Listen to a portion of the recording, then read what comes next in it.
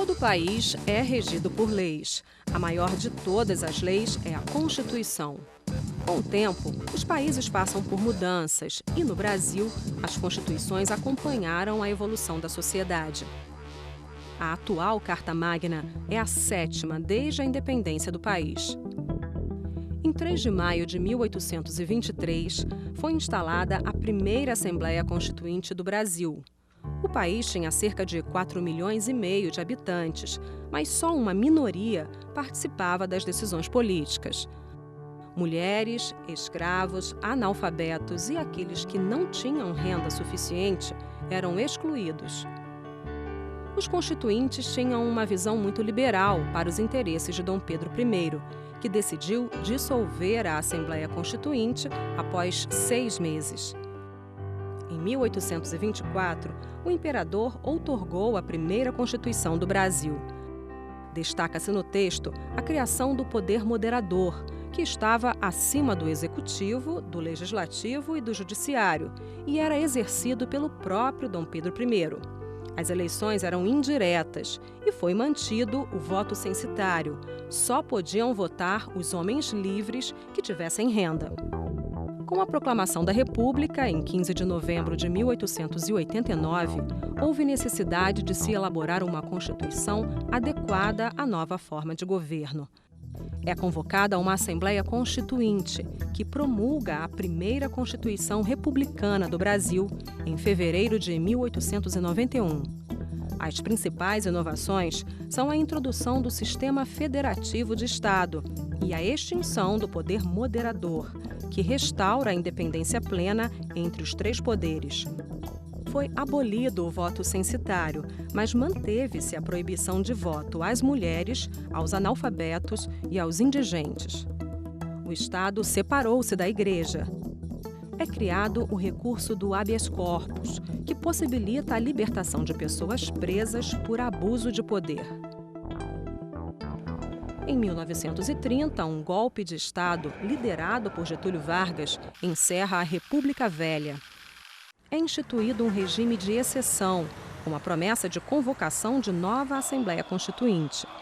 Isso ocorre somente 1 ano após a Revolução Constitucionalista de 1932, que forçou Vargas a cumprir sua promessa. Em 1934, é promulgada a Constituição que finalmente dá direito de voto às mulheres. O voto passa a ser obrigatório e secreto para todos os cidadãos maiores de 18 anos, mas os analfabetos continuam de fora.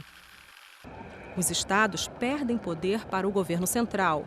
É criada a Justiça Eleitoral e começa a se estruturar a Justiça do Trabalho. São asseguradas conquistas sociais, com destaque para a ampliação da Previdência Social. A Constituição de 1934 é a que teve a menor duração da nossa história. Em 1937, Getúlio Vargas dá um golpe de Estado em seu próprio governo e instala uma ditadura. O Congresso Nacional é dissolvido e é imposta a Constituição do Estado Novo. De inspiração fascista, a nova Carta Magna suspende vários direitos e garantias individuais, institui a pena de morte e suprime as liberdades políticas e de imprensa. Muitos opositores do novo regime são presos ou partem para o exílio. As eleições para presidente da República passam a ser indiretas.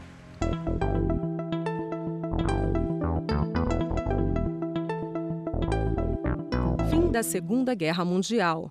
Crescem as pressões pela redemocratização do Brasil.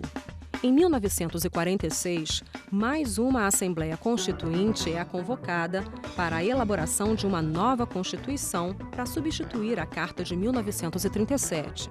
São restabelecidos os direitos e liberdades públicas e individuais. Acaba a censura prévia e é extinta a pena de morte.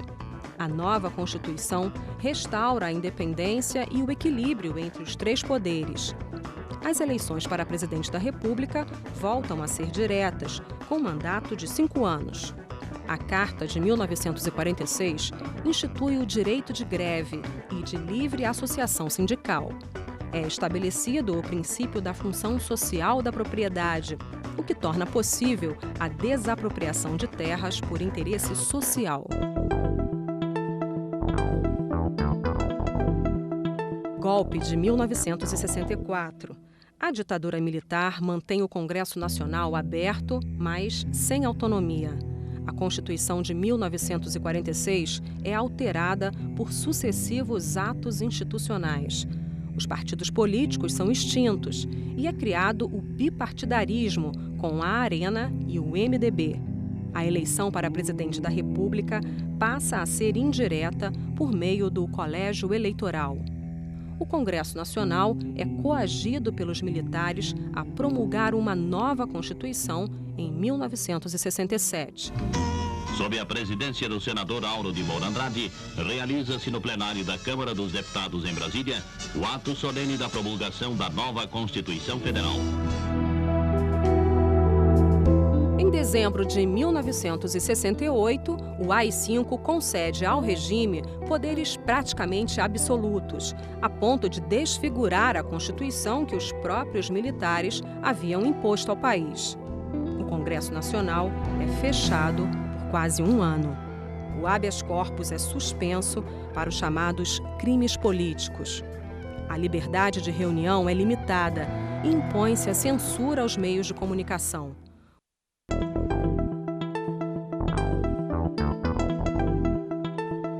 O poder é devolvido aos civis em 1985, após 21 anos de ditadura militar e grande pressão popular pela redemocratização do país.